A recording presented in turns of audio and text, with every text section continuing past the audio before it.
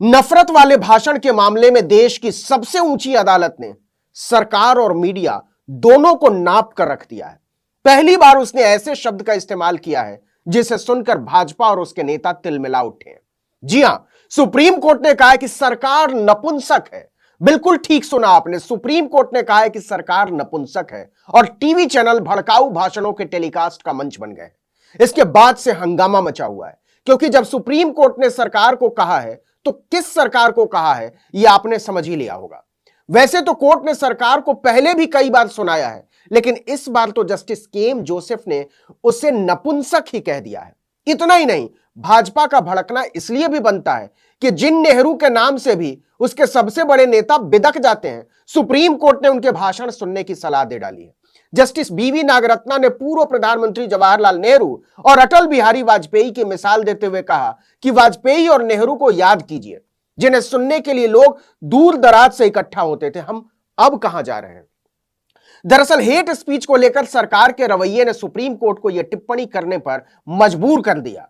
Supreme court कई बार राज्य और केंद्र की सरकारों को फटकार लगा चुका है, बावजूद इसके हेट स्पीच के मामलों में कमी दर्ज नहीं हो रही। ज्यादातर मामलों में तो कोर्ट की दखल के बिना एफआईआर ही दर्ज नहीं हो रही, और जिन मामलों में मुकदमा दर्ज हो भी रहा है उसमें कार्रवाई नहीं हो रही है। ऐसे सूरत हाल में जब एक बार फिर इसी मामले पर सुनवाई हुई तो जस्टिस के.एम. जोसेफ को गुस्सा आ गया। उनका गुस्सा सातवें आसमान पर पहुंच गया और उन्होंने राज्य सरकार को नपुंसक कह डाला। इसे समझिए, 29 मार्च को जस्टिस के.एम. जोसेफ और जस्टिस बी.वी. नागरत्ना की बेंच हेट स्पीच के मामलों पर सुनवाई कर रही थी, और जब बेंच के सामने सरकार का पक्ष रखा गया तो जज तमतमा उठे। खासकर जस्टिस के.एम. जोसेफ ने मामले में सरकार के रवैये पर बहुत तल्ख टिप्पणी कर डाली। उन्होंने कहा कि राज्य नपुंसक है, वो समय पर काम नहीं करते। जब राज्य ऐसे मसलों पर चुप्पी साध लेंगे तो फिर उनके होने का मतलब क्या है? Justice KM. जोसेफ ने सिर्फ सरकार को ही नहीं लताड़ा, बल्कि फिल्म सिटी से चलने वाले न्यूज चैनलों को भी जमकर फटकार लगाई। Justice KM. जोसेफ ने कहा कि हर रोज टीवी और सार्वजनिक मंचों पर नफरत फैलाने वाले बयान दिए जा रहे हैं। क्या ऐसे लोग खुद को कंट्रोल नहीं कर सकते, नियंत्रित नहीं कर सकते? जिस दिन राजनीति और धर्म अलग हो जाएंगे, नेता राजनीति में धर्म का उपयोग करना भी बंद कर देंगे। उसी दिन नफरत फैलाने वाले भाषण भी बंद हो जाएंगे। हेट स्पीच मामले में सुनवाई करते हुए सिर्फ जस्टिस जोसेफ ने ही सरकार को खरी खोटी नहीं सुनाई, बल्कि बी.वी. नागरत्ना ने तो पूर्व प्रधानमंत्री जवाहरलाल नेहरू और अटल बिहारी वाजपेयी की मिसाल देकर सरकार का चेहरा लाल कर दिया कि खुद कुछ सोच समझने की हालत में नहीं है तो अपने पुरखों से ही कुछ सीख लीजिए।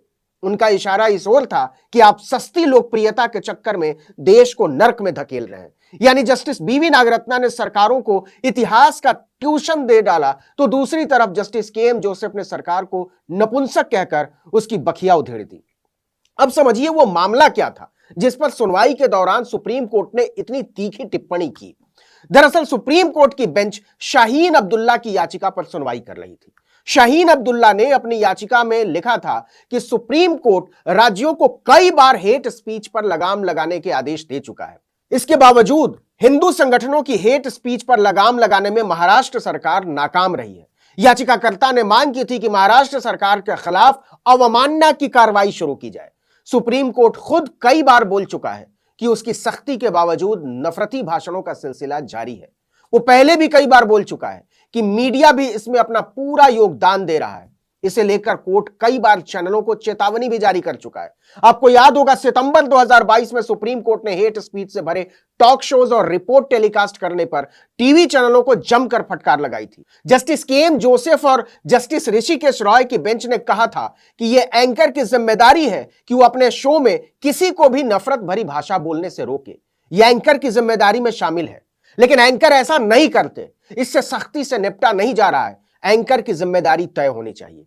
अगर किसी एंकर के कार्यक्रम में भड़काऊ कंटेंट होता है तो उसको ऑफ एयर किया जाना चाहिए और जुर्माना लगाना चाहिए। कोर्ट ने पूछा था कि इस मामले में सरकार मूक दर्शक क्यों बनी हुई है? क्या यह कोई मामूली मुद्दा है? इसके बाद अक्टूबर 2022 में एक बार फिर हेट स्पीच के मामले में सुनवाई हुई और कोर्ट ने तल्ख टिप्पणी की। Justice KM. जोसेफ ने कहा था कि यह 21वीं सदी है, हम धर्म के नाम पर कहां पहुंचे हैं। हमें एक धर्मनिरपेक्ष और सहिष्णु समाज होना चाहिए, लेकिन आज घृणा का माहौल है। इतना ही नहीं, सुप्रीम कोर्ट ने सरकारों से कहा था कि या तो कार्रवाई कीजिए और नहीं तो अवमानना के लिए तैयार हो जाइए। साथ ही कोर्ट ने दिल्ली, यूपी और उत्तराखंड की पुलिस को नोटिस जारी करते हुए पूछा था कि हेट स्पीच में लिप्त लोगों के खिलाफ क्या कार्रवाई की गई है, हमें बताइए। यानी सुप्रीम कोर्ट की तरफ से हेट स्पीच के मामले में बार बार सरकार को चेतावनी जारी की जा रही है, फटकार लगाई जा रही है। खासकर जस्टिस के एम जोसेफ तो हर बार सरकार के खिलाफ तल्ख तेवर दिखा रहे हैं, बावजूद इसके मामलों में कोई कमी नहीं आ रही है। तो जस्टिस के एम जोसेफ ने राज्य सरकार को नपुंसक कह दिया और न्यूज चैनलों को भड़काऊ भाषण देने का मंच बता दिया। बता दें कि पिछली सुनवाई में जस्टिस जोसेफ ने इस बात पर जोर दिया था कि अवमानना याचिका की सुनवाई होनी चाहिए, इसके लिए तैयार रहिए। यह कोई पहला मौका नहीं है जब अदालत ने नफरती अभियान के लिए चैनलों को फटकार लगाई हो। नवंबर 2022 में दिल्ली हाईकोर्ट ने एक टिप्पणी करते हुए कहा था कि लोगों में प्रेस को लेकर डर फैलने लगा है और हम इसको लेकर चुप नहीं बैठे रह सकते। आपको याद होगा साल 2020 में सुदर्शन टीवी के कार्यक्रम यूपीएससी जिहाद पर रोक लगाते हुए चैनलों और सरकार पर तल्ख टिप्पणी की थी दिल्ली हाईकोर्ट ने, और उसे केबल नेटवर्क कानून 1994 की शर्तों की याद दिलाई थी। इसमें कहा गया है कि टीवी चैनल ऐसा कोई कार्यक्रम नहीं चला सकते जिसमें किसी धर्म या समुदाय के खिलाफ किसी भी तरह की बात की गई हो या फिर उसमें कोई सांप्रदायिक सोच झलकती हो। इसका पालन न करने वाले टीवी चैनलों का लाइसेंस भी रद्द किया जा सकता है, लेकिन आज तक किसी भी चैनल के खिलाफ कोई कड़ी कार्रवाई नहीं हुई है।